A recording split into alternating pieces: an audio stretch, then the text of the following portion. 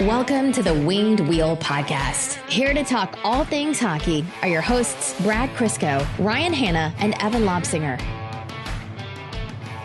All right, boys, let's do it.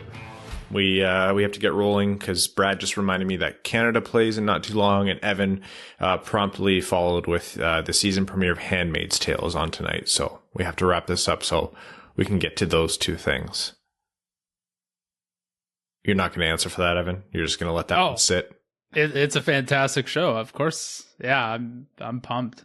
We binged it perfectly. It all worked out so that we're 1 week gap between the end of when we stopped watching and the new season. So, yes, that is how I'm filling up my night other than this.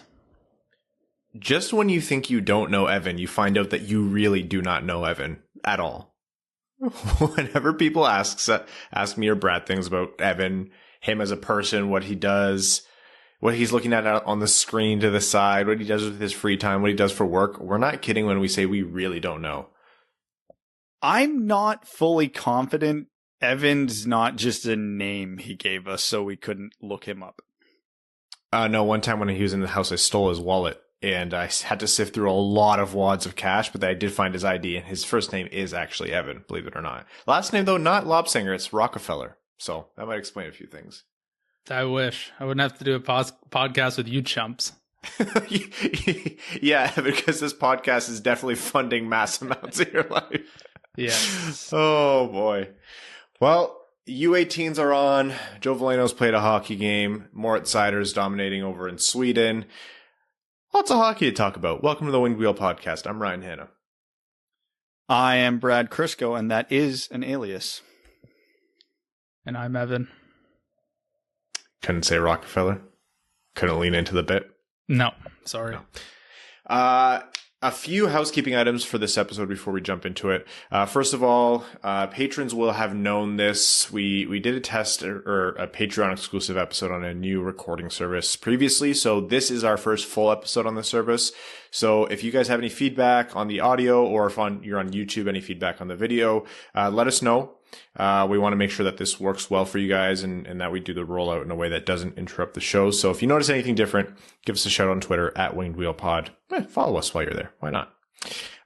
And also this episode, not right now, we are going to be announcing the winners of our big giveaway that, started around trade deadline time. So when the flurry of Mantha being traded, we announced that we'd be giving away some jerseys, some shirts, some stickers, swag packs, that kind of thing. So Patreon and open to the world and Twitter giveaways will be announced later this episode. So stay tuned for that.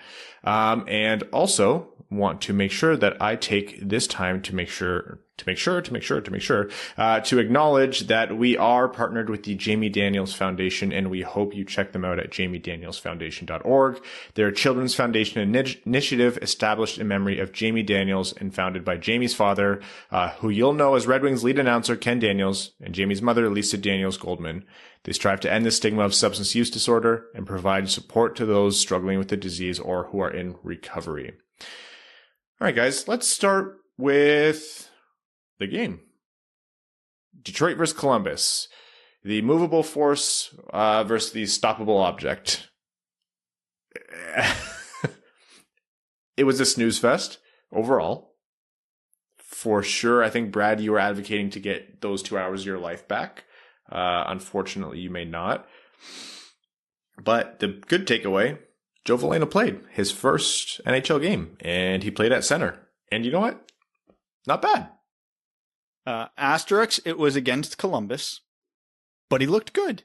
He almost scored a goal. I think it was his first or second shift in a very Datsukian fashion where he chased down the defender in the offensive zone from behind, lifted his stick, took the puck, turned around, fired for a good scoring chance. Gagne almost put in the rebound. So it doesn't seem like a lot, but something very minor like that very early in the game for him was probably huge, because when you step up levels of hockey, the hardest thing to get when you're there is your confidence, because you just assume you're worse than everybody because you're the new guy there. So him getting a really, really good shift and a really, really good chance quickly, I think set the tone for the rest of the game for him because he was throwing hits. He was active on the puck. He did get a couple scoring chances. Not that he was dominant in this game or anything like that, but he was good. He was one of the Red Wings' more noticeable players. Credit to Blashill. He actually played him. I know I made the joke facetiously on Twitter ahead of time. Like, hey, he's playing, but can he actually play? And he got 14 minutes at the end of regulation. And I think he even got a shift in overtime, which, like, not even trying to sound like an asshole, was at least 6 minutes more than I thought he was going to get. I thought he was going to get the Svechnikov treatment, and he didn't. And that's a great sign. And Blashill, who's notoriously stingy for giving any player praise in the post-game press conference, was very complimentary of Veleno after saying, he said he looked like a player who's played 2 full seasons of professional hockey, meaning, reading between the lines there, hey, this guy looked comfortable here. So there's still a million things Veleno needs to develop, and there's still a steep learning curve for him, and it's one game. So, you know, taking a huge read from one game is stupid, but I'm going to kind of do it anyway. I think this one game maybe does bump Veleno's timeline up a little bit because we all assumed he'd be a midseason call-up next year. Knowing what we saw last night and knowing how thin Detroit is at center, maybe he sticks out of camp. I think there's a better... I don't think it'll happen, but I have more confidence it'll happen today than I did 2 days ago in terms of him being a day one Red Wing next year. Yeah, I was really honestly surprised by how comfortable he was. And that's not about, it's a little bit about Joe Veleno. We've seen him at most levels take a little bit of time to acclimate. And again, it's only been one game, so he could have a complete stinker for his next 4 or however many he plays. And then all of this, goes out the window. But taking this very small sample size, he could have had one bad game and it would have been to start, and it would have made a lot of sense because at every level he's taken some time to adjust and get up to speed and pivot. So he just went from playing in the SHL, which is a very strong league, mind you. So that played to his advantage, but also a completely different game because of the wide international ice. If you've not played on NHL size, regulation size ice and then international ice, it is very, very different. Especially for such a mobile position such as center, you are gassed because of how wide that ice is. Like it completely wins you. I played defense. I don't know if you guys knew, but I played defense and I was sucking air by the end of the first period on international ice. There's a rink in Chatham that had it. Oh, God, I hated playing there. So he came in, had a strong game, and this is after a full season in the SHL, a quarantine period, and then recovery from a concussion. Like, he should have been rusty, sore, out of shape, and completely backwards because of the change in the ice. And like you said, Brad, he looked comfortable. Not even just adequate. Like, he made plays. He had a couple really nice steals. He had some good offensive chances. He wasn't perfect by any means, but he looked good. Blashill was completely right. And yeah, I was thrilled. 14 and a half minutes. If Blashill played him for 8 minutes, I honestly would not have batted an eye. I'd been like, yeah, that's fair for a guy who's coming off a lot of rust and just, international flight and then a quarantine period. But no, all in all, a very good day one for Joe Veleno in the NHL. Not a good game, so I was happy to take some positives from it. Vrana had a lot of chances that game. He looked all the part. 2 breakaways and a couple more chances, just none of them went in. That's about all that happened. Nothing else happened that whole goddamn game. Yeah, I mean, goaltending on both sides was strong, but also the quality of shots weren't terribly high. So, I don't think they were too battle tested. Vrana had some good opportunities, like you said. Zadina had some key opportunities, especially in overtime, that he didn't convert on. Like if Veleno wasn't in there, I would have just completely forgotten that game the moment we turned it off. Like, there's something fitting. Now, correct me if I'm wrong. I think I saw someone post after the game. That was the Red Wings' first shutout of the season. It came in a loss. I didn't bother to double check that, but if That was, in fact, their first shutout of the season, and they lost. That is the most Red Wings thing that has happened in the last 5 years. Like, my God.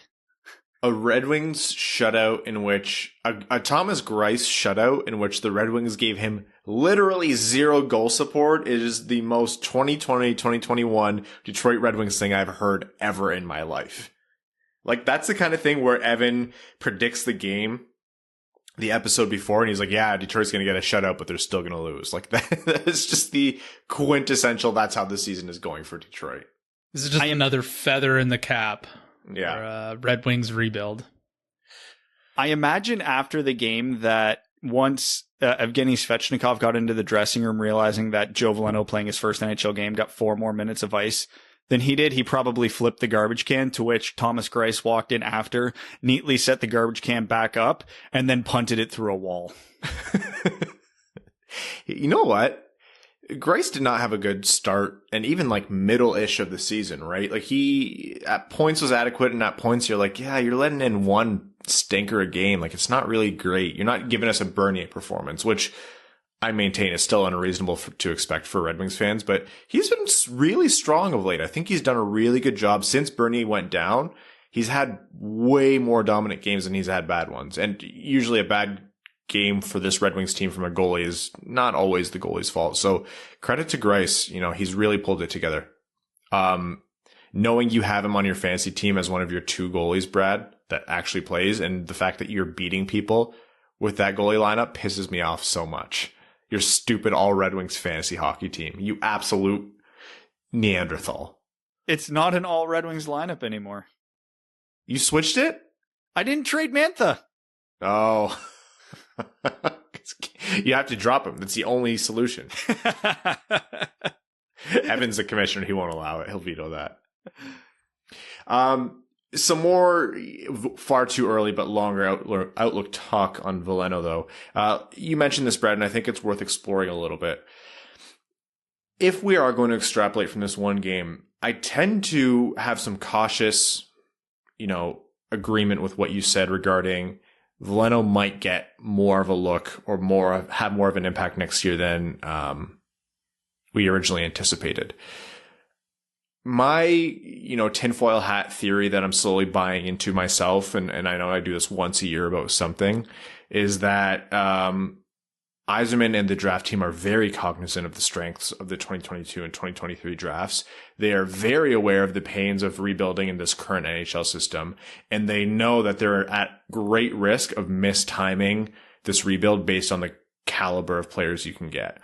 I'm not saying this is definitely going to happen, but would you really fault Yzerman for not equipping this team with as much strength as it, I don't know if deserves is the right word. He's not going to go all out to make this team a fringe playoff team next season or even the season after.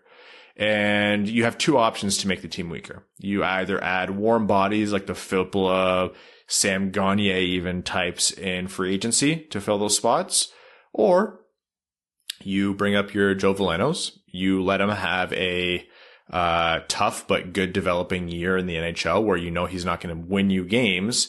It advances your system and gets him some NHL experience, and you're going to suck in the meantime, and then you're in the running for Shane Wright or, in the future Bedard or Michkov or whatever it might be. I don't know. I see Veleno being a nice little fit into that stupid conspiracy theory in my head. So what you're saying is Blashill's definitely coming back. Gotcha. Look, that's where my money's going at this point. If we're going to jump to that conversation. Honestly. No, but I get what you're saying. And as much as I believe in what Yzerman's doing, one of my concerns that I voiced a couple times this year was we're in a rebuild and the Red Wings are one of the oldest teams in the NHL. They have a lot of good prospects who are going to be knocking on the door very, very soon. And in the case of Seider and Veleno, already are. So the less guys that play this year, the more of a problem it becomes as these guys develop, because I wanted to see 1 or 2 new guys be regulars in the lineup this year, because you're going to get 2 or 3 more next year, 2 or 3 more the year after that, because you can't have hypothetically Veleno, Raymond, Smith, Seider, Johansson, like pick 6 prospects and next year they're all rookies and they're all coming in at the same time. You have to stagger it. So I still believe this year was a bit of wasted opportunity on that, but it's not the biggest deal because not many of their prospects were ready at the beginning of this year, if any at all. So that might have been Yzerman's hand being dealt. But also, we've known he's been trying to keep the young guys away from this team for a couple of years now, and there's some validity to that. But when you look at the team next year, getting back to what you're saying is, there's not going to be a lot of turnover on this team. Because if you look at guys who are under contract or are RFAs for next season, on left wing, you have Bertuzzi, Vrana, Ernie, Svechnikov, Giovanni Smith, Matthias Brome. Okay, they're not going to get a left winger because why would they bother? For center, there's an issue. You have Larkin, Rasmussen, Nemesnikov. There's one spot available. Joe Veleno makes a ton of sense to be that one spot. On right wing, you have Zadina, Fabry, Panik. Okay, you have one spot available there, and that's, you could flip Smith or Brome over to the right wing too. So really, there's at best 2 spots, quote unquote, open. I understand the expansion draft's going to change that. There are going to be trade stuff's going to happen. So this is all early projections and there's time for things to change. But on defense, it's the same thing. You have DeKaiser and Cholowski under contract for next year, Hronek, Stetcher, Seider, and Lindstrom on the right side. That's really 1, maybe 2 defensemen they need to acquire and a goalie. This team is not going to look dramatically different next year. And understanding the timeline of the rebuild, understanding how patient Yzerman is, and understanding the limitations that this nearly assembled roster gives you, why would you go out and put a Band-Aid on a bullet wound? Yes, a Gabriel Landeskog would be nice. Yes, all these top-end players would be nice. They are not fixing next year. It will still be bad. All they will do is bump them from a lottery team to like 10th last, which is a way worse spot to be in. So I mentioned either last episode or the episode before, I am pleasantly surprised by the steps this team has taken this year in terms of some of the guys outperforming expectations. That being said, this is still a very bad hockey team, and they are still going to be a very bad hockey team next year. The only way they sniff a playoff spot next year is if almost all the rookies and sophomores take a huge step. Like Seider comes in, he's a Calder nominee. Veleno comes in, and he's a very adequate third-line center. Pucks start going in the net for Zadina. Giovanni Smith turns into that fourth-line lock that we all hope he would be. That's the only way. It could happen. I'm not saying it couldn't. But, like you said, I don't see big roster turnover, and I don't see Yzerman making a big splash, so I do see the Red Wings still being very much in the mix for Shane Wright. So, signing Ovechkin is off the table. Oh, let's not take away all the fun. Come on. We could also get Red Wings legend Thomas Tatar off free agency. May as well throw in a little bit of nostalgia here. How many times can you get an overpayment for Thomas Tatar? Yeah, like let's try again. Trade Thomas Tatar twice, speed run. Let's go. Ken Holland did it the first time, so Yzerman has to beat the Hall, and that's not going to be easy. A first, second, and third. Speaking of which, Veleno was brought in off of the first round pick from the Tatar trade. For those who didn't know. And the final piece of that trade is coming through in this draft. It's funny how that all works. I don't know. Maybe calling it a conspiracy theory is making it too big of a thing. Like you mentioned, Brad, Yzerman has demonstrated that he is exceptionally patient when it comes to this. And we've talked about this before. He preaches that at any given opportunity to discuss timelines, or when, he gets questions about, are we going to be ready soon? And he's very careful and adamant to say, like, no, this will take a long time. I'm not going to reopen. Like, I don't think we need to, relitigate the Blashill discussion completely this episode. There's going to be so much of that. But just to add the Blashill flavor to this conversation, Brad, you just acknowledged that the team did make steps this year. And you did acknowledge, as we have in previous episodes, this isn't new, that the next season or two likely aren't going to matter in terms of winning very much, but more for the rebuild. that really lends in my mind to not only does it make it more likely that Blashill comes back, I think it makes it more likely that it makes sense. I don't know. I like, my opinion hasn't changed that I would prefer to move on, but I could not really find a lot of fault if Yzerman said, yeah, we're bringing Blashill back. We're not trying to win for the next couple of years.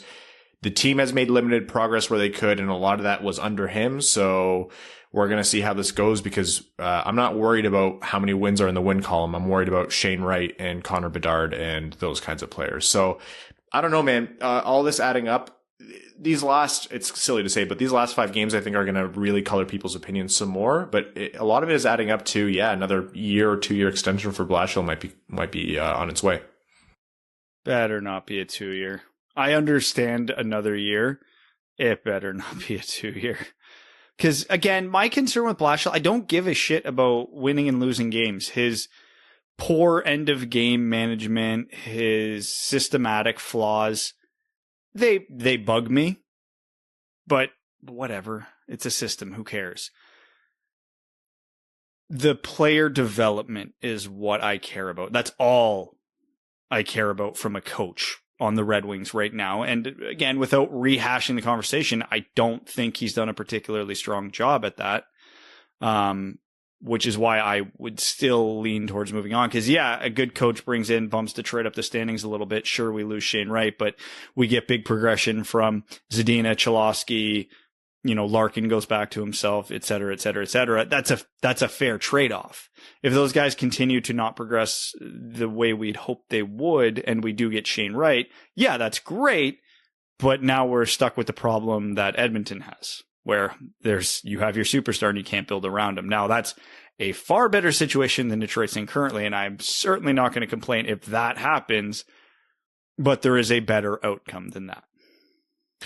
So what you're saying is we shouldn't go out, sign Landeskog, sign Ovechkin, and bring in Rod the Bot and win the Cup next year.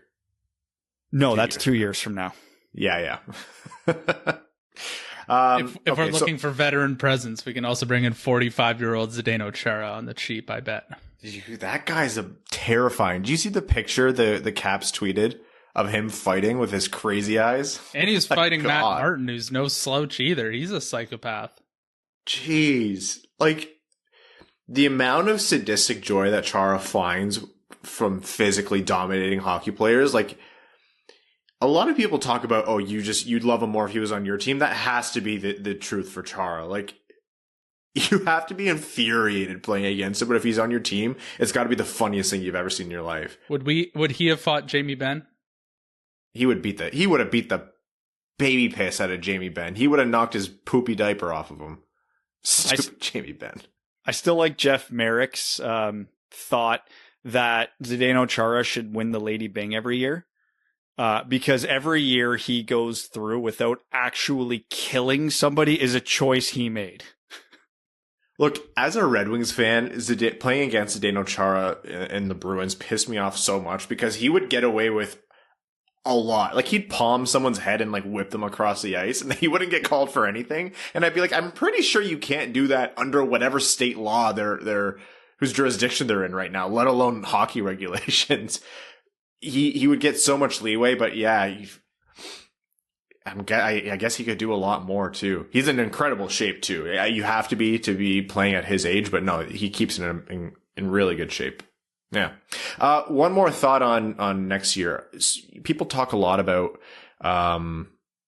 this team was more competitive than they thought this year, and they were only so many points out of a playoff spot. Once the divisions go somewhat back to normal, we are going to see a little bit of that crazy variance outcomes in the standings go away. This is benefiting some bad teams in a big way right now. I don't know that we see this kind of results under normal divisional setups. Like, the North Division isn't happening again, or at least that's their plan. So something else to consider. And it's worth noting, directly relating to the Red Wings, the Central Division right now is the worst of the 4 NHL divisions. There's 3 good teams and then a bunch of shit. Dallas is making a case to be a 4th relevant team, but next year, Detroit's right back getting the shit kicked out of them over and over again by Florida, Tampa, Toronto, Boston. Montreal's a good team, but we know that Detroit's got that one solved, so no issues there. Ottawa's on the upswing. They're on the same timeline as Detroit, roughly, so at worst, they're a wash to the Red Wings. Yeah, it's other than getting to pick on Buffalo next year, it's going to be worse for the Red Wings. So I mentioned it before, and I'll say it again. There is a reality where the Red Wings improve as a hockey team next year and fall in the standings. And truthfully, that is the perfect outcome next season. Just because, yeah, if you finish second last in the NHL because you're losing to the Leafs in Tampa all the time, but if you're losing to the Leafs in Tampa 3-2 every game or 4-3, very acceptable outcomes. Now, if you're losing 4-3 consistently to the Sabres and the Senators, that's a different conversation, but that's a minority of your division. The majority of your division are going to be very justifiable losses. It's really a division in two halves, right? You've got the haves and the have-nots. There's the perennial powerhouses now in Toronto, Buffalo, Boston, Toronto, Boston, and Tampa, and Florida's certainly in that mix now. And then there's everybody else trying to find their way, the misfits in the division. So it's not going to get any easier for Detroit, and especially until they either have a very competent lineup from top to bottom or they get a superstar. Offer sheet, Elias Pettersson. Detroit to finish out the season. Alex Ovechkin. Detroit to close out the season. They have 5 more games. We're recording this on Wednesday night. Thursday night, they play Carolina. They have a couple weekend games against Tampa Bay, and then they don't play all week until May 7th and 8th in Columbus, both games to close out the season. So that's 5 games left. Detroit currently has they're 6th last in the league by points percentage, which means they'd have the 7th best lottery odds because of Seattle getting the 3rd best odds automatically. How that's going to play out towards the end of the season, I don't know. I think Columbus and Ottawa are both within range. Buffalo and Anaheim and New Jersey, I don't think are relinquishing those spots. So remains to be seen. So it'll be interesting. Who knows? Let's see how Joe Veleno does. Let's see how long Joe Veleno's up. I think that'll be, or how long Joe Veleno plays. I assume they'll just keep him up for the rest of the season, but you never know. There's small things. Veleno could say, I'm gassed, I'm banged up, is what it is. Who knows? So something to keep your eye on. I promise you he will not say that. You don't think he'll say that? He's How in do you it. know? I'm kidding. I'm messing with you. Moritz Seider. The SHL playoffs continue. Moritz Seider's Rögle team are playing Skellefteå. Am I saying that right, Brad? That series is 2-2. Seider actually missed a game because he took a helmet / little headbutt thing to the jaw. Missed the next game and then I believe came back the game after, in which he immediately delivered a ton of brutal, got hit by a train hit. So it's good to see that he is bounced back quickly and still physically dominating. And again, you don't need to be told, but Seider's not playing in the NHL this year. For Rögle, even if Rögle was eliminated in the next 2 games and then he came over and quarantined, it wouldn't be enough time to get games in. So it's just not happening. But really fun watching him absolutely brutalize the SHL in these playoffs. I'm just grateful he hasn't killed Jonathan Berggren in this series. That was my biggest fear when I saw Skellefteå was playing Rögle. So, we got to take the victories where we can get them. I think they each have a point or 2 in this series. Tied 2-2. Is it a best of 7? I thought for some reason it was a best of 5, but I never bothered. Yeah, okay. I never bothered to clarify. But yeah, and last game, Seider's numbers were cartoonish. He was, I think, 27 Corsi for, 3 against. So he was on the ice for 24 more shots for than he was against, which is hilarious. Those numbers, what was his Corsi percentage was 90? 90 even, yeah. That is ludicrous. This kid turned 20 earlier this month. This is a practically a 19-year-old all year jumping into one of the most dominant leagues not named the NHL A lot of people might say it's the most dominant league. It's at least up there with the KHL. And he's dominating. He is absolutely running the show there. That is a ridiculous thing to do coming off of an injury in a high stakes playoff game. How? How do you even manage that as a 20-year-old? Well, he did win the Elite Prospects Award as the SHL's top junior aged player. Man, I have so much cautious optimism for Seider, and I really try to lean on the cautious part of that. I don't want people to expect the world from him. I don't want people to expect a Norris from him in his first couple of seasons. I don't want people to expect him to come in and win the Calder. But look, it's not even that this is a kid whose qualities make him more suited to dominate the SHL. We are seeing him improve. We are seeing him leverage his size and his body more and more. Sometimes it's a little bit wrecking ball like. I'm not sure that it's going to fly completely in the NHL, but I have a hard time suppressing a lot of the Seider hype for next season. I really do. Well, this is going to be a positive and a negative statement. There is a decent possibility that Mo Seider is the best defenseman on the Detroit Red Wings next year.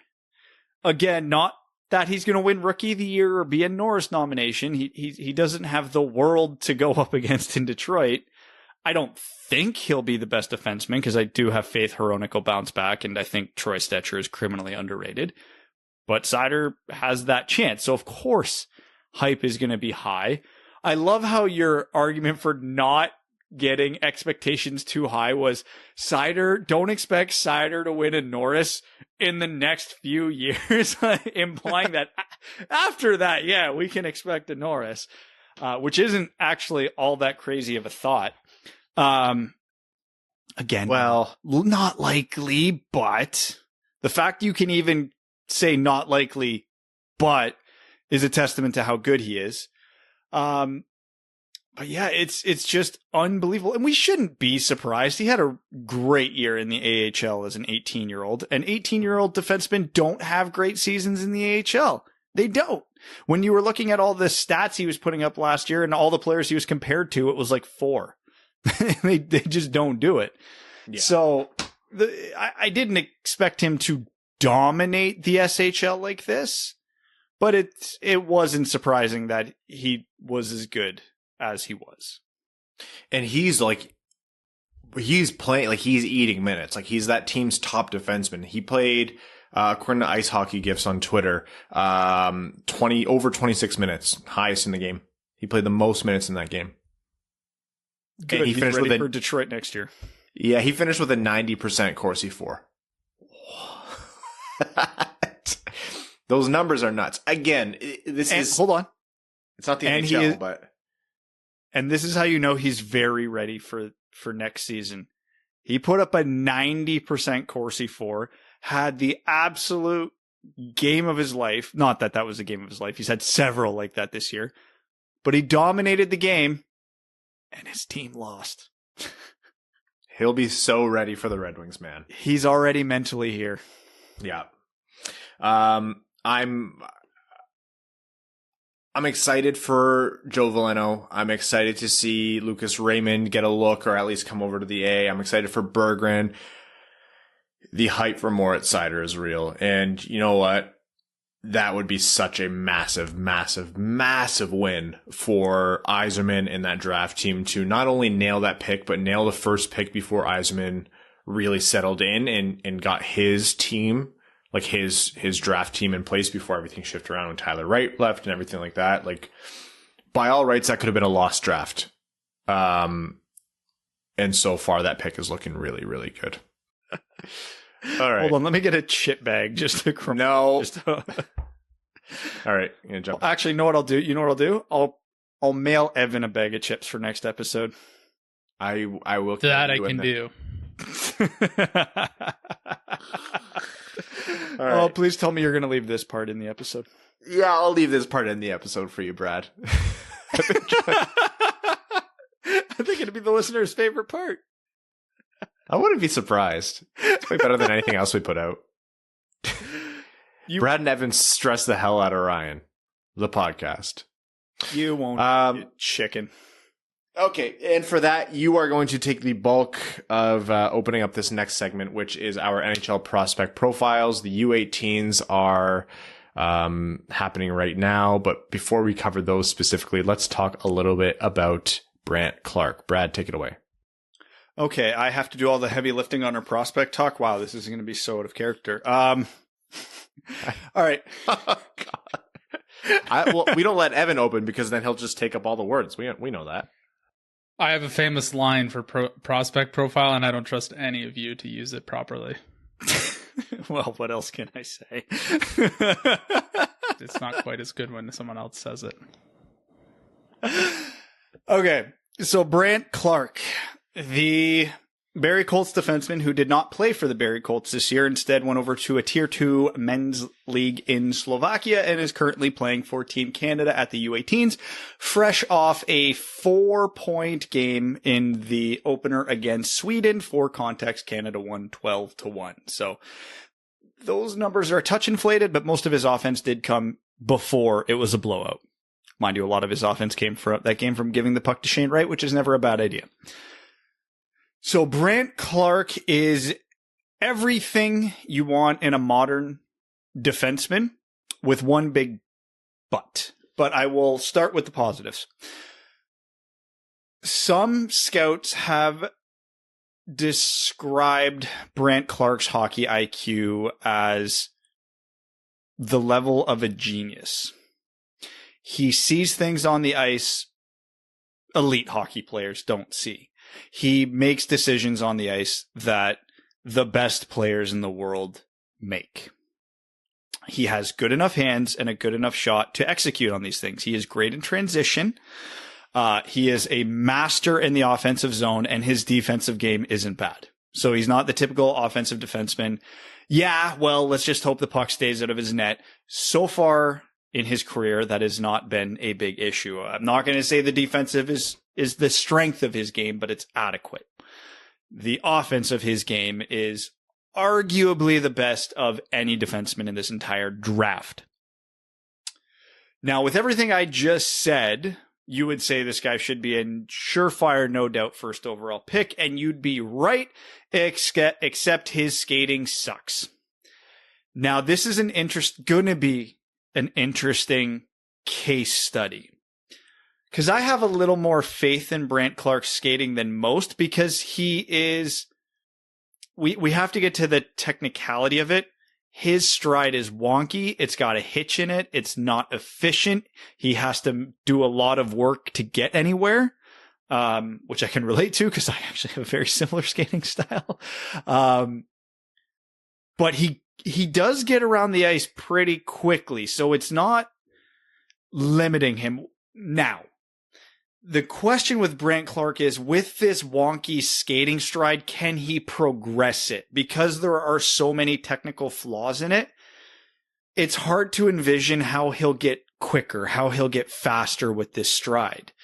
And if he stays at his pace now and goes to the NHL, he's going to get eaten alive. Now, the rest of his game is strong enough that he'll still be useful, but he won't be the game-changing player that he is now.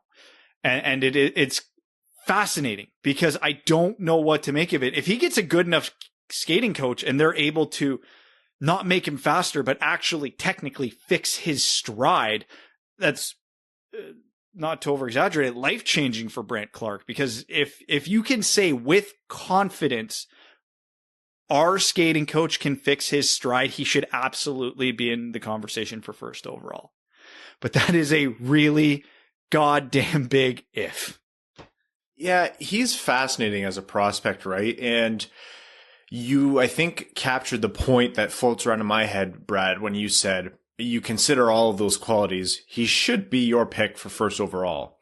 If you're the Red Wings in this draft, where if you're not going to go goalie, and you have a high enough pick where he's there, you have to... Do you swing for the fences? I shouldn't say you have to. Do you swing for the fences, or do you go for a safe, good pick, or do you try to pick Brandt Clarke, fix the technical flaws in his stride, and then all of a sudden you have an extremely, extremely impactful defenseman?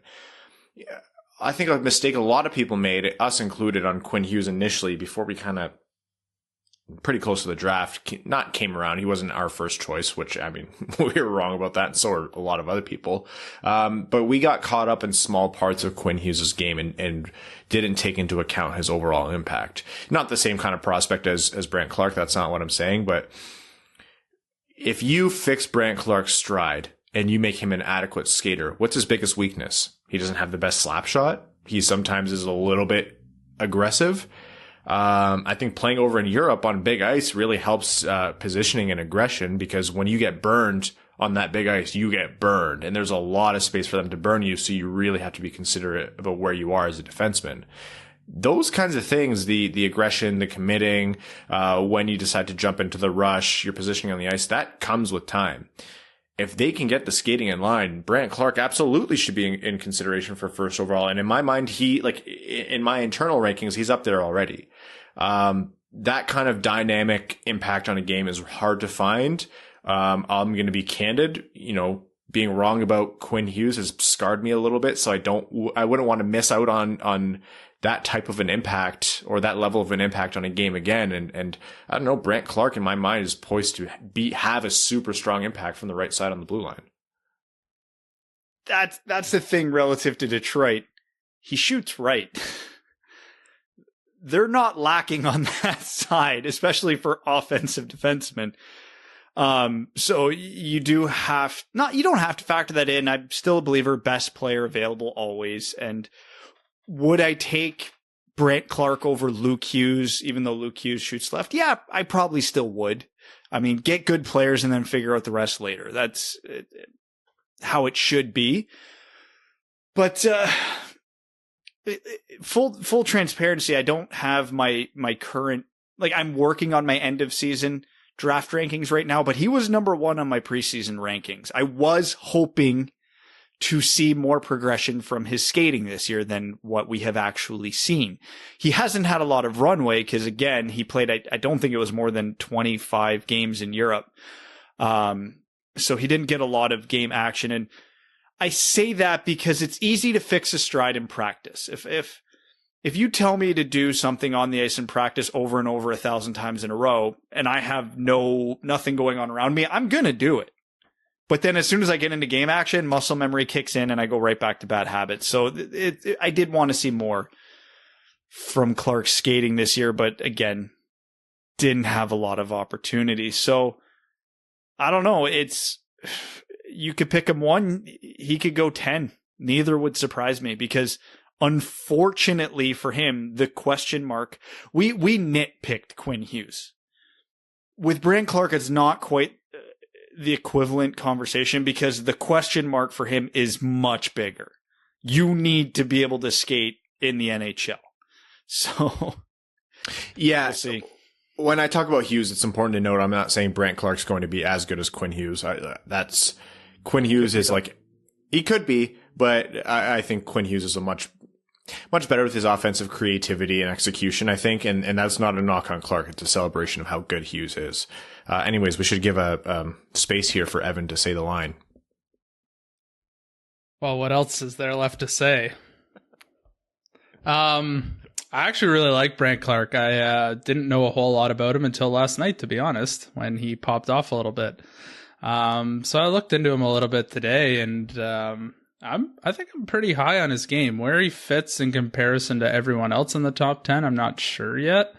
But I think he's a hell of a smart hockey player, and he plays with a super active stick. He's got great gap control. And it looks like he's a good passer too. So, and he plays basically off the rush. So if you hate how Detroit's defense has played for the past 4 years, you'll probably like him on the team. So I wouldn't be upset if the Red Wings picked him at all. I really like his game. His skating stride is a little wide. It looks like he's on the back of a horse or a bison, but I'm sure somebody can fix that. Or a bison. Somebody can fix that. You're right. But I wouldn't say he's not a bad skater. It's just his his technique will limit him at the professional level. Ride a lot of bison in your day, Evan? I've been to Jackson Hole once or twice. My God, with Jackson Hole. Yeah, no, we're not having that conversation again. No. But I think he will be he'll be in a top 4 NHLer by the looks of it. I'm really high on his game based on the one day of research I've done. It's hard. He didn't have the OHL season, right? Like it's ruined. I think he would be destroying the OHL right now. I don't even know what team he plays for in the OHL. It doesn't matter. I just think he looks that good, like from a defensive standpoint and his offensive abilities. I really like him. Yeah, I don't know where he'll go, where I think he belongs in the top 10, but I would not be upset if the Red Wings drafted him at all. I mean, I would prefer a forward based on the amount of goal scoring I've seen lately. Well, minus the seven goal game, but yeah, I really like him. That's all I can really say. Yeah, you're right. If you hated Detroit's breakout and transition through neutral ice and attacking the offensive zone, Brandt Clarke from the right side is not bad. And you know what, Brad? I know you said we're strong from the right side, but yeah, I don't know. Seider coming in and having Hronek there is one thing. If even one of those guys played on the other side, then it would make a ton of sense. I agree, though. Best player available. If Brandt Clarke is there and he's the best player, he's good enough where I'm taking him. He loves to jump into the rush too. Like, and the stuff I saw was he wasn't putting his team at a disadvantage or cheating to create offense by jumping into the rush. Like he's has such good hockey sense and he's so smart that like these opportunities he sees organically and it generates great offense. So if you're tired of the Red Wings defense, only playing defense, I think you'd really like this kid. And his 16-year-old splits in Barrie, so his rookie year in the OHL, he had one of the most fascinating 16-year-old seasons in maybe the history of the OHL because he was a high pick in the OHL priority draft and by and large disappointed in the first half of his season, especially for being an offensive defenseman. He didn't score for like 20 or 30 games or something like that and only had a handful of assists. Then Barrie fired their coach, brought in a new coach, and Brandt Clarke was damn near a point per game for the rest of this season as a 16-year-old defenseman. So he had almost 40 points in 57 games. Like that's no joke as a rookie in the OHL and as a defenseman. Okay. Brandt Clarke, draft eligible. Watch him dominate the U18s right now. Speaking of the U18s, quick update on that. Canada's ruining everything for everyone. The strongest team in Canada's division outside of Canada was Sweden, who they beat 12-1, was it last night? So I thought, did Sweden just play bad or? You know, every team has those games that get away from them for sure. The year, my AA team went to the provincial finals. The same season we got pumped 12-1 in a game. So I understand it, but if I'm Belarus, Switzerland, or Latvia, I am not looking forward to playing against Canada right now. No, and this is a unique U18 because Canada usually doesn't send a full squad to the U18s because a lot of their players would still be in the CHL playoffs. So Canada has the full assortment there, including Connor Bedard as a 15-year-old. And he Shane looked good Wright last night. Yeah. Shane Wright as a 16-year-old underager who is the captain of the team. And then they have all the other possible first-round picks this year. Brandt Clarke, Logan Stankoven, Brennan Othman, Francesco Pinelli. Like, Canada is stacked this year. And not that Sweden had a bad team. They had Fabian Lucelle, Isaac Rosen, William Stromgren, and a couple other guys who are going to get first round consideration, but Canada just outclassed them. It was a game that it looked like Canada's AAA team was playing Sweden's single A team. And that's not a knock on Sweden. That's just how good Canada's did Sweden just lay an egg? Like, is that really what it was? Yeah, they didn't, obviously they didn't have their strongest game, but I don't even want to say they laid an egg. It just looked like Canada didn't even let them get started. It was Canada's puck until they deemed otherwise. I have such a hard time evaluating like a good game versus a bad game for some of these teams because a lot of the teams are so NHL prospect heavy who just carry the load. But when you're playing a Canada like this, it's just heavy top to bottom. So I have a hard time, is this just a bad game for Sweden, or is Canada just, well, judging by the team Canada has, like, are they just that much better than Sweden? Like, I have a hard time in this tournament. So I kind of just look at it player by player. And that doesn't even factor in the fact these kids are 16 and 17-year-olds, and that brand of hockey can often get chaotic fast. I mean, who is it? Russia blew a late 3-1 lead against Finland, but also the day before came back from down 5-1 against the States. So in this tournament, you literally have no idea what you're going to get from any team day to day. Othman sacrificing the body to get blown up but make the pass on the offensive rush. Shane Wright scores, and then Othman gets up and pats the head of the Swedish player who nailed him. I love that. Oh man, that was good. I love that stuff. That is my favorite part about hockey. He's a late first round ranking on most lists right now. So right around where Detroit will be picking with the Capitals pick. That head pat immediately shot him near the top of my list of players I want the Red Wings to take with that pick. That's like, that reminded me so much of just playing like out of town tournaments when we were younger. Like, oh man, that was the good stuff. I love hockey. I'm so glad that we get to see these prospects actually play now.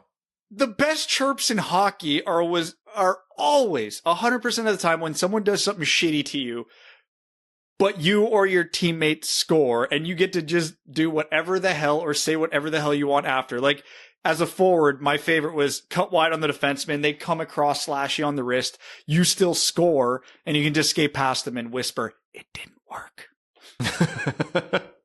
Honestly, teenagers are the meanest people in the world. So yeah, absolutely the best chirps. And like, when you get to the NHL or the AHL, your chirps get worse. You peak as a teenager. The chirps are at their best when you're playing like 13 to 17-year-old hockey. That is when you will absolutely strip the soul out of a player. That's got to be the hardest time to be a backup goalie. Now, imagine Mika at 15 playing hockey. No, we have to make sure Mika's going to make some kids real sad. We can't do it. We can't let that happen. We are going to have to buy her opponents counseling sessions for when they're done. She's just going to rip them to their core. It's too smart already. It's a problem. Evan actually gets his scouting reports from Mika, believe it or not. Okay. Oh, sorry. I didn't have anything to add to that. No, you didn't have to. I thought Brad was going to laugh at a joke that I made, but it turns out I'm just not funny, which I learned about a lot. No, in all seriousness, we're going to jump into overtime here. Before we get to the questions, we are going to start off with our FanDuel Sportsbook betting segment. Overtime is brought to you by the FanDuel Sportsbook. It is the #1 sportsbook in America for so many reasons. It's easy to use, from registration to deposits and finding great bets. And FanDuel will get your money that you win back to you in as quick as 24 hours. So without further ado, let's take some odds for some upcoming NHL games, and let's see how we'd bet. And you guys follow along, and if you are on FanDuel Sportsbook, see which one of the hosts makes you the most money. And then you have to split it with us. Just because it's funny as hell, Detroit has Carolina's number this year. Carolina is a cup contending team, and Detroit is among the worst in the league, and yet Carolina can't really seem to solve Detroit. Carolina comes into Thursday night's game as -460 favorites. Detroit is a plus 360 underdog. Listen, if you don't take Detroit, if you're going to even bet on this game, you are a fool. That's just fun money, right? That is. How do you not bet that line? I have zero confidence in Detroit actually winning that game. I'm placing that bet 100 of 100 times, because you don't get lines like that in hockey very often. Carolina's like 5-1-4 in their last 10. Like, that's not even that inspiring to me. So 5-1-4. Who was the one? Was it Detroit? It was probably Detroit. Probably. I don't know. So honestly, like, what's the thing? It's like if someone gives you 500 to 1 odds, you take them every time, regardless of what the bet is. It's a Leicester City bet, basically. Honestly, yeah. Like over under set at 5.5. They're both, you get the same odds either way. It doesn't matter what you do there. Detroit covering a 2.5 spread as the underdog. Honestly, take that and take Detroit as the underdog. That's some fun money. So. If you miss out, who cares? Yeah, I would take that too. The 2.5 in Detroit. Interesting line here. Dallas in Tampa Bay. Dallas working to secure a playoff spot. Tampa Bay is Tampa Bay. Tampa Bay is favored -172 favorites over Dallas plus 144 underdogs. Over under set at 5.5 with the over being the underdog there. Given what we've seen from Dallas's goaltending recently, I'm taking Tampa and the over. Yeah, Hudobin's been screwing me over in the fantasy hockey playoffs, so the worst time for him to start failing. I actually don't have a problem here with taking Dallas as well. I feel like what was the number on that? The -72 Tampa favorites plus 144 Dallas underdog. Over under set at 5.5 with the over being the underdog there. So. Yeah, I think I say this every time it's a Tampa Bay game. I just don't know how to bet when Vasilevsky's in net. Like, he's the type of guy who could make it a 1-0 win. So I'm taking Tampa, but I don't know about the over-under. I'll say under. Let's go Vancouver-Toronto. Vancouver obviously had those wins over Toronto once they came back playing. Toronto's a heavy favorite here, -320. Vancouver plus 260 underdog. That's another one. I can't believe I'm advocating for so many underdogs, but hey, if you're looking to make some fun money here, like Vancouver might be it. Granted, Toronto's a substantially better team playing higher stakes hockey right now. I don't know where I fall on this one. Maybe this should be my safe bet. Maybe I'll go Toronto here. Maybe I'll go Toronto in the under. It's set at 6.5. This one's easy to look at. Vancouver winning their last 2 games against Toronto, coming from their COVID break or infection, whatever you want to call it. But Toronto dominated both those games, and it was Vancouver's goaltending that won those games. Vancouver has now lost 2 in a row to Ottawa. Vancouver has looked very tired and sluggish, as if it was a team recovering from almost the entire team getting COVID. I don't know if I'll have the confidence to bet on Vancouver any game the rest of the season, especially against, the top team that they will play. The season's only going to get more difficult for Vancouver as they have to play a more condensed schedule every night. And Toronto looks good right now. So, yeah, I have a hard time taking Vancouver, even though I just said if someone gives you ridiculous odds, you take them. But I just don't know how Vancouver can pull it off. Like they are gassed right now. So I'm going to say Toronto. All right, everyone, be sure to download the Fanduel Sportsbook app to get started with a risk-free bet of up to $1,000. Be sure to sign up with promo code WWP so they know the Winged Wheel podcast sent you. That's Fanduel Sportsbook, promo code WWP. You must be 21 and older and present in New Jersey, Pennsylvania, Illinois, West Virginia, Indiana, Colorado, Iowa, Tennessee, Virginia, or Michigan. First online real money wager only. Site credit is non-withdrawable and expires in 14 days. Restrictions apply. See sportsbook.fanduel.com for details. If you have a gambling problem, call 1-800-522-4700 in Colorado, 1-800-BETS-OFF in Iowa, 1-800-9-WITH-IT in Indiana, 1-800-GAMBLER in New Jersey, Pennsylvania, Illinois, and Virginia. Tennessee Redline 1-800-889-9789, 1-800-GAMBLER.net in West Virginia, or call 1-800-270-7117 in Michigan. All right. If you ever are thinking about betting against Toronto, just go look up the goal Austin Matthews just scored, because holy shit. That good? A puck popped up in the air.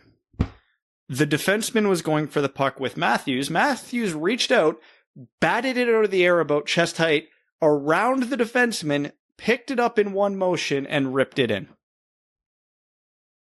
It's not human. It's not human. Okay. We are going to jump into overtime, which on this midweek episode of the Winged Wheel podcast is Patreon exclusive. Our patrons are the best people in this world by far. They are the inverse of Brad. So thank you all for being you. Sam Shayer says, if you were in charge, what would your timeline be with the Wings' top prospects to get them into the NHL? I feel like this Seider, is a weekly question at this point. So yeah, we have our rehearsed answers, right? Yeah. Seider immediately. Raymond, give him a look next year, if not the year after. Bergeron, same thing. Yep. Veleno, hopefully next year. Veleno next year. Veleno at some point next year. Maybe a little earlier than previously thought. Ryan Lee says, maybe I was underestimating Veleno, but he looked much better than I anticipated. Should be a good middle six guy moving forward. Who do you see possible line mates being in the near future? Bergeron, Veleno, Ernie? Could be a fun line. Depends how long down the road we go and who the coach is, because Blashill's not putting two rookies on the same line, or a rookie and a sophomore. It's just not his style. If we're talking who would Veleno offset, well, he had a lot of chemistry in Grand Rapids with Zadina, for whatever that's worth to you. And then who's on the right side or on the left side if they're playing together? The answer is, I don't care. If those two are together, I'm happy.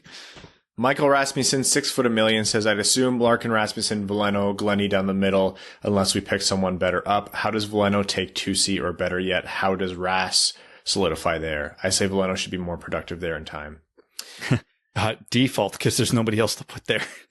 Yeah, a lot of it's projection, right? Like, no one can stand up here and say Veleno and or Rasmussen would be a number 2C quality centerman right now or in the future on a competitive team.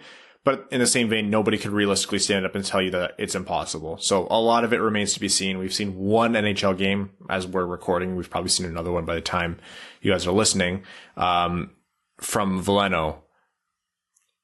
I think the more likely option for a team with successful center depth is they pick someone else up, though. Cody Stark says, I lost in the semis of Max's league because I sat Bernie last Saturday night. Oh, man. Fantasy hockey's a fickle mistress. Seider Spider says, with 8 minutes left in regulation at Columbus last night, Mickey said something like, if it weren't for the goaltenders, this game would have 9 goals right now. I think he literally meant that if goalies hadn't played all game and left the net completely empty, Columbus would be up like 5-4, and he's probably right about that. I was too heartbroken to watch the replay of Zadina missing the net in the closing seconds of OT. What happened there? That was a tough one to get a clear angle on. It looked like a combination of two things. Puck wasn't sitting flat, so he kind of hit it like a pitching wedge. And I'm not fully convinced the Columbus defenseman didn't get a hand on his stick while he was trying to release it. I think it's just a miss. Yeah, might be some other small things there, but yeah, just a missed chance. La Plata Peak says, I don't know what was worse, the Canada versus Yemen feel of the last Dallas game or the Blair Witch Project feel of the Columbus debacle. I don't care what Greg thinks. There's no way Blashill's getting a new contract for head coach. However, they want to keep him around to make calls for replay reviews. I'd be okay with that and that only. I don't know, man. I think Greg Krupa might be right.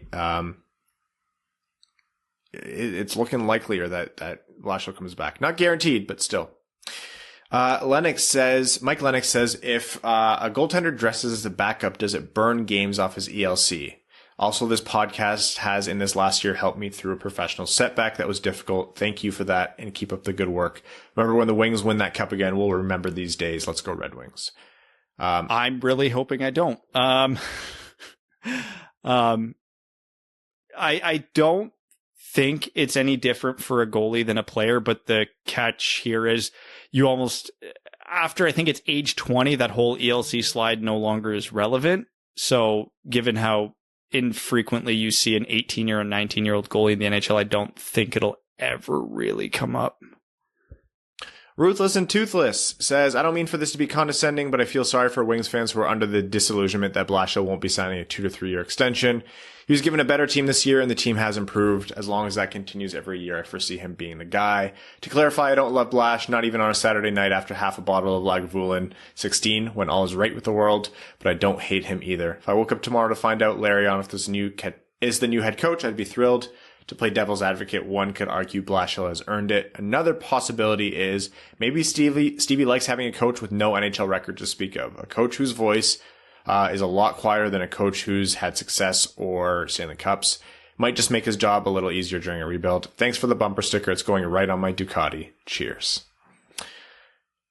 Fair, like some people might hate it, but I think it's a fair statement. Honestly, I think it has a lot more of a hold and truth than people might consider. Brent Rasmussen says, yesterday marked the 27th anniversary of Hasek's 70-save shutout, which had me thinking, who do you consider as the top 3 goalies of all time? Consensus is usually Hasek, Waugh, Brodeur. Would you agree? And if so, how would you rank them? If not, who would you add? Plant, Sawchuk, or Dryden are worthy notables. I have Hasek, Waugh, and then Brodeur, but I could hear some other arguments for third. There's a million ways you could go with this. For me, Hasek is number 1 by far. It still amazes me that anybody else gets in that conversation because I don't think people remember just how truly dominant Hasek was. As much as I hate the guy, Patrick Waugh has got to be number 2. The hot take that I have that everybody crucifies me for is I don't think Marty Brodeur is as good as everybody makes him out to be. I still think he's a top 10 goalie of all time, but I don't put him at the pedestal that everybody else does. I don't know. I think you could make a really good case for Terry Sawchuk at number 3 just because he was the best goalie of his era, and it's so hard to compare those eras. I also get a little weirded out that Glenn Hall doesn't get more talk here. Dude started 600 and something games in a row and was one of the best goalies in the NHL while doing it, which is, we talk about Gretzky's point record never being broken, which is true. Glenn Hall's games started in a row record nobody will get within 10% of it at this point, ever. Reese Roper's Blue Comb says Zadina wouldn't have missed had he been using a Super Tax AS3. That is all. I do like that stick. Third Man In says, great work as always on the show. Could you please give us a heads up in the offseason when you're going to have the discussion about offer sheeting Pettersson? I get the sense that a lot of us have question about it. You might even see if Prashant is willing to chat since he wrote an article examining the possibility of offer sheeting Pettersson along with throwing a bunch of money at Dougie Hamilton as UFA. Yes, definitely. We will give everyone a heads up because it is a big conversation. It's just a lot happening right now. In hockey otherwise. Sorry, I'm just reading one of the comments. Rowan here answered Dougie Hamilton is a UFA that would be was referenced as a free agent signing. So just a clarification there. Andrew Bohan says, hello, lovely Dub boys. Who's everyone's favorite wings and non-wings netminder and why? Hasek, because greatest goalie of all time for wings, and Hasek because at one point he didn't play for the Red Wings. If not Hasek, then Luongo. I'll go Jimmy, just because as a Red Wing, he spent his whole career as a Red Wing, and I always really liked him, and he never got his due. And of course, me being like a grown ass adult when he was here, I kind of understood the context of it a little more. And I don't think I fully appreciated Ozzy and Hasek when they were coming up because I was so young. And then favorite goalie outside of Detroit, Luongo's a good choice, but I probably go with Lundqvist here. I'm a big Tom McCollum fan. Yeah, that's fair. That's a pretty popular one. A little bit of a cop-out answer, but whatever. Yeah, I know. Sorry to pick the obvious one. This might be an obvious one. Carey Price. He's probably Carey Price on his game is nuts. Yeah. And think of how many years Montreal was just so bad, but Carey Price just carried that team. I mean, for better, for worse, for fans now, and even in like Team Canada, like just ridiculous for so long. Matt S says, I think we need to have a Czech center for Vrana and Zadina to make the Czech line or the checkmates. Thought I heard Ken or Mick say the checkmates when referring to them yesterday. It made me remember some of our named lines. Bert and Ernie, Two Kids and a Goat, the Grind Line, the Russian Five, the Euro Twins. What's your guys' favorite named duos or named lines that we've had? It doesn't have to be Wings either. Some other teams have had good ones too. Keep up the good work, Dubs. It's got to be the Russian Five, right? Like that is one of the most iconic group of player names in all of sports.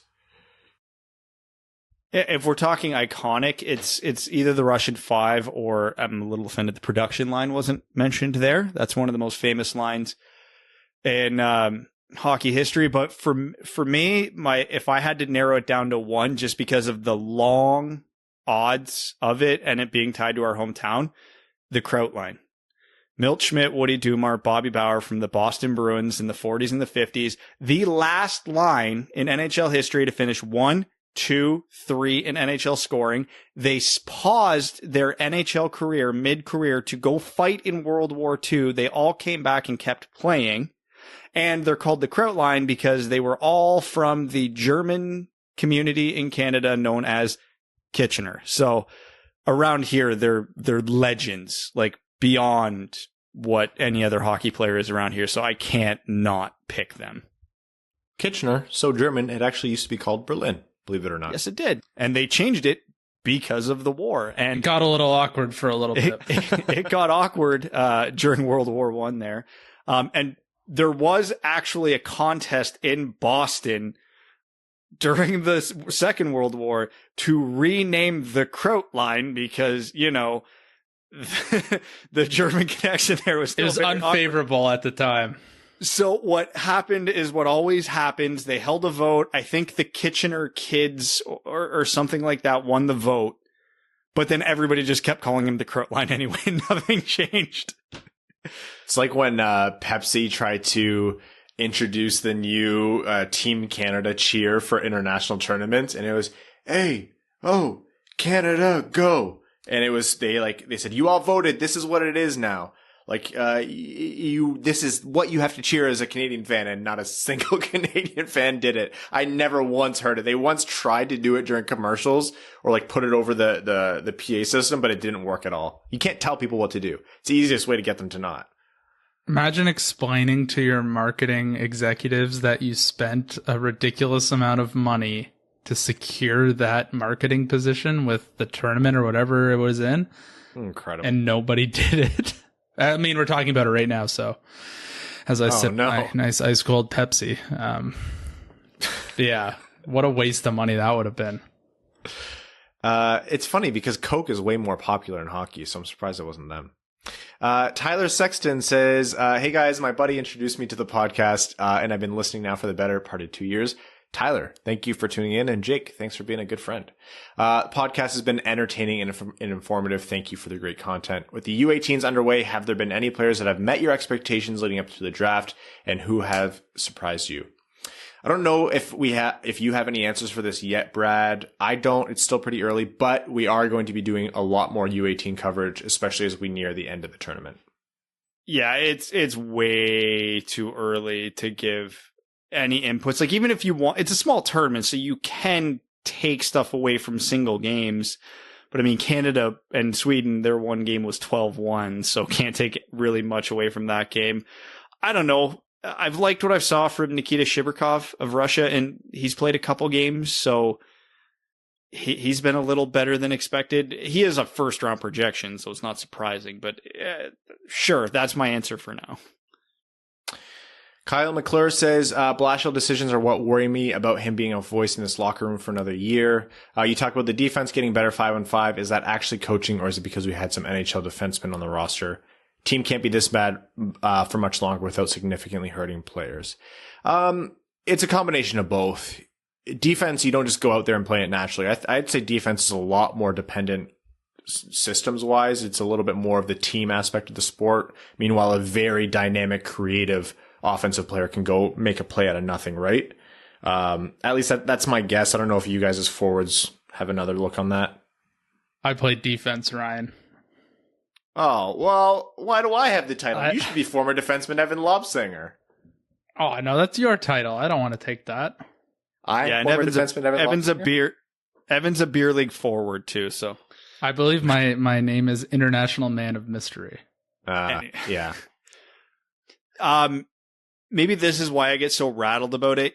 You're right, Ryan, that you can't really coach offense. Like, you can't teach a guy to get to the slot and beat a goal. You can tell him to go there, but it doesn't mean he's going to get the puck off before the defenseman gets to him and hit the spot and yada, yada, yada. What you need to allow offense to happen is to let them play offense. Don't overcoach it. Give them some freedom. Give them some rope, which is one of the reasons I'm critical of Blashill, is he doesn't seem to let them, which the whole dump and chase and the hyper fixation on the umbrella on the power play, yada, yada, yada. Which is a catch-22 because Detroit doesn't have a ton of talented forwards. So he's screwed either way. So I have full sympathy for Blashill on that one. But you can't really coach too much offense. You can get a rough system to follow, but unpredictability is king for offense, because if the defenseman doesn't know what you're going to do, they can't game plan for it.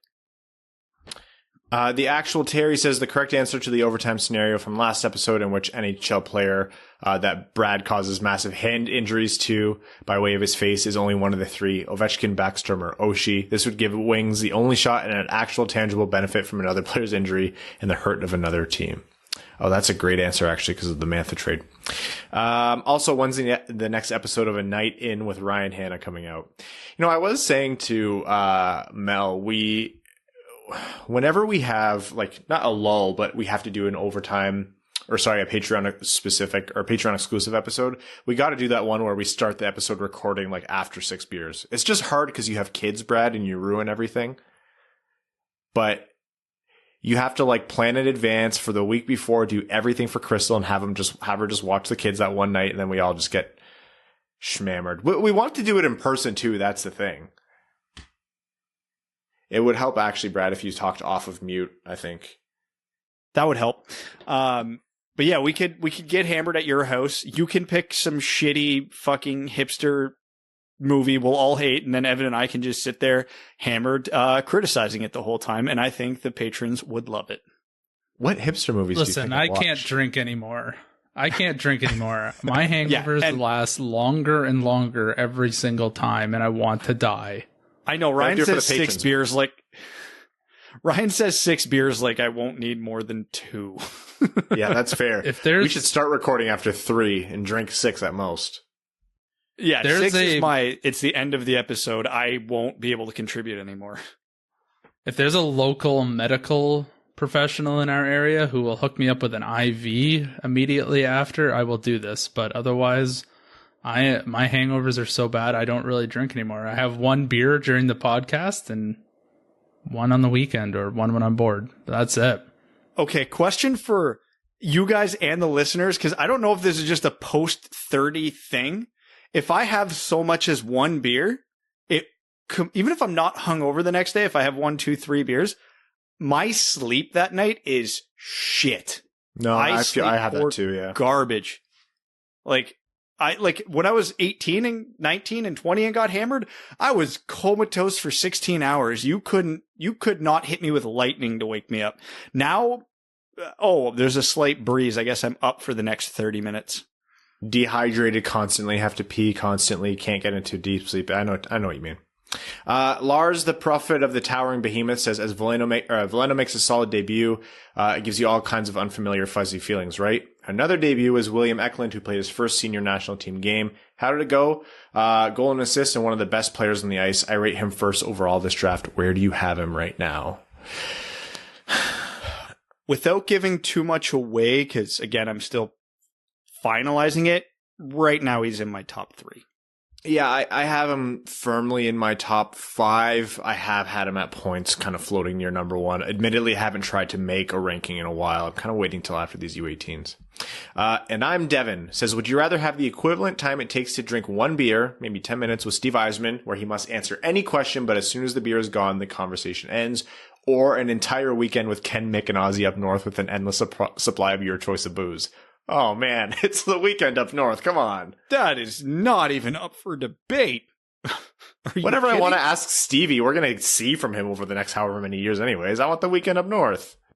I don't even, I love Ken Daniels and Ozzy. I don't even care if they come. Hammered stories from Mickey Redmond that's all I need for the rest of my life. If we put Mickey Redmond, Evan Lobsinger, and whatever booze they want in the world in a cottage up north and just set a camera and leave, Brad, we would have enough content for the next 10 years. We'd never need to record anything else. Oh, boy. It'd be like the reruns of old TV shows that just air forever and people still watch them. The Caminator says, with the revolving A's to close out this year, who do you see as the alternate captains next year? Larkin, Luke Glendening and Franz Glendening. Nielsen. Yeah, I was going to say Larkin, Glendening when he returns, and Nielsen and Bertuzzi will rotate if Nielsen's not bought out. This team doesn't take letters away from players. So assuming Glendening's going to be back, it's the same three it was this year. Verana's in Pajamas says, "Good day, Dud Duds. Now that one half of #MustSeeJV has broken the curse of the number 90 jersey in Detroit, what other curse needs to break? Is it the lottery curse or whatever witchcraft is going on with Zadina's shooting percentage?" Fuck, those were the only two that came to my head and I have to pick. I gotta say the lottery feels a lot more cursed. Zadina's shooting percentage just feels like a normal thing that happens to this type of player, and he'll break out of it. I'm not too concerned about that. I would kill one of you or both of you if I needed to break the lottery curse. And watch, now they're going to win the lottery this year when we don't necessarily care. And then we miss out on Bedard and Wright. Yeah, no. Basically, the question I'm asking myself right now is if Filip Zadina starts converting on his chances and is that 25 to 30 goal, 60 to 80 point player, is that version of Filip Zadina better than anybody in this draft? Because it'll be close. Yeah, I don't know. If the lottery curse includes the Bedard and Wright years, then yes, absolutely that one. And then there's an important PSA here, and I encourage everyone to listen. And a concerning trend has emerged on the Twitter machine in recent months, and we must be careful not to use Lars's name in conjunction with any of this. The term goaler has been thrown around, and honestly, it's just wrong. I am ordering you, my employees, to take a stand against this aberration. Declare goalie the correct universal term and outlaw that other word. Goalie or goaltender is absolutely the only acceptable term. In common hockey vernacular or verbiage, goaler is a weird European thing, and you are wrong for saying it. To all my European friends, I apologize, but... So, Ryan, I am about to make you so conflicted. I will always use goalie and goaltender. You are right on that one. That sounds right. That's right. That's one everybody should use. I believe it was another Jeff Merrick thing where he actually did the research on the history of it. And if you go back to the early days of hockey, if you want to be grammatically correct, it's goaler. What? Yeah, I'm not confident in this, so we have to double check it. But I do remember hearing from somebody, I want to say Merrick, that in the origins of hockey, goaler is what was originally used. And then it morphed over time. Huh. Well, so it's wrong now. You absolute grammar freak. I hope this at least conflicts your brain just a little bit, because I'm going to say goalie till the day I die. And grammar evolves all the time. I just want... Yes, it does, Ryan. You should adapt. Oh,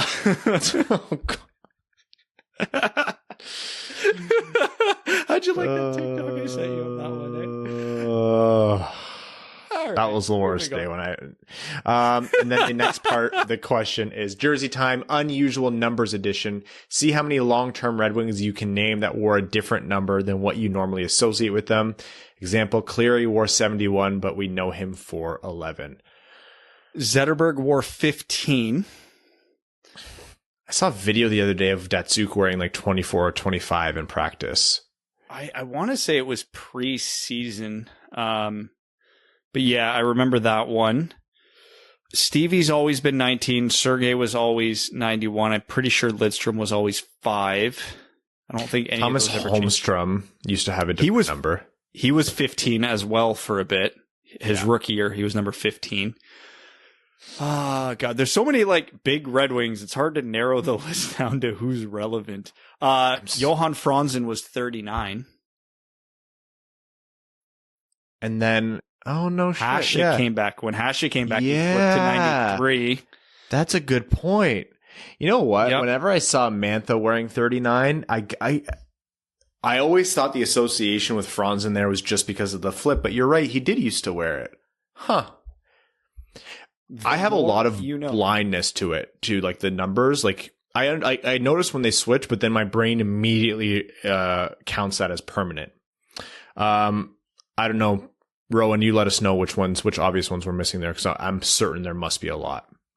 Antonio Gracia, or hashtag Stay Fresh Cheese Bags and never goaler. Antonio Gracia says, how are people seeing the prospect games or the ones happening overseas? Is there a streaming package, or are we just channeling our inner Captain Jack Sparrow?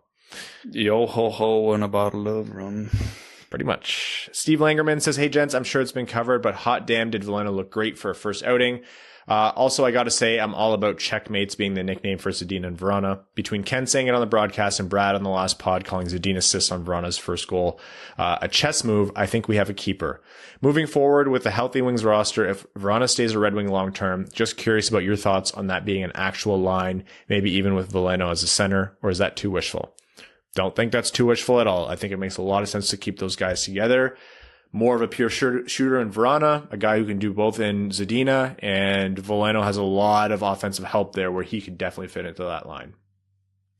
Slava Kozlov's doppelganger says, gentlemen, it's getting really hard to watch games. Being only 19, I only started following hockey in the 16-17 season, so I haven't seen much success.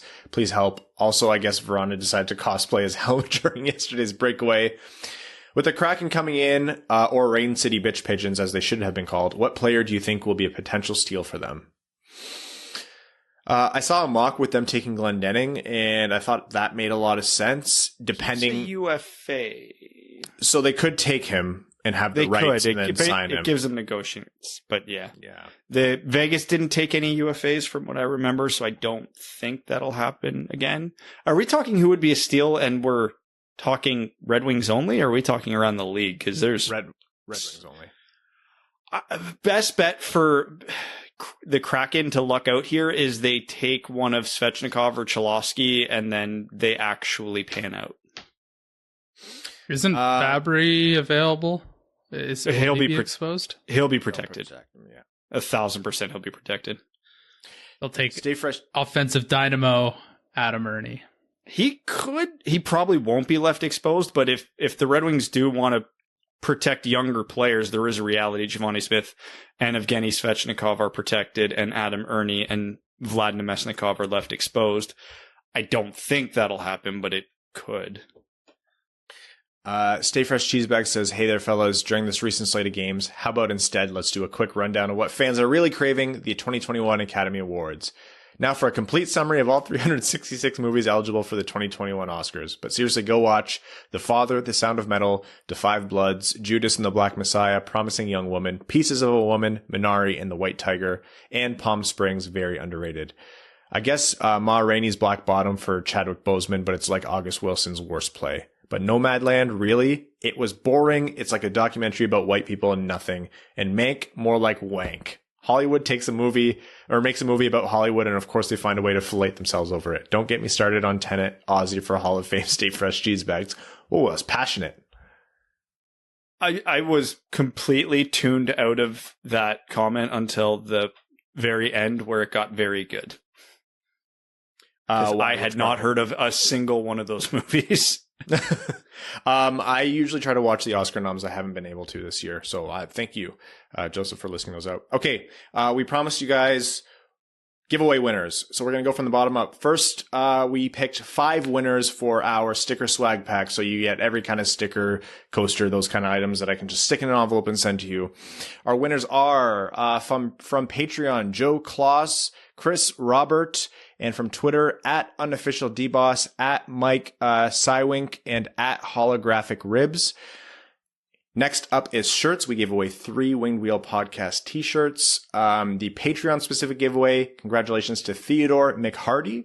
And the overall giveaway, which is of course Twitter and Patreon. All patrons were automatically entered into both draws here, so you're good. Brad Smithsko is a patron who won in the overall giveaway. And at Justin Kraft is the winner from Twitter. You can just deliver my shirt. Thank you. Yeah, you're very welcome. And the winner of each of you win 1 Red Wings jersey. So we gave away 2 Red Wings jerseys here. The Patreon specific winner is Michael Bazinski. So congratulations, Michael. You win a Detroit Red Wings jersey. And from Twitter, at Sealed7. So at Sealed7 from Twitter, you win the other Red Wings jerseys. So thank you all so much, for entering that. more giveaways coming soon, a very special one, so stay tuned for that. But congratulations to those winners.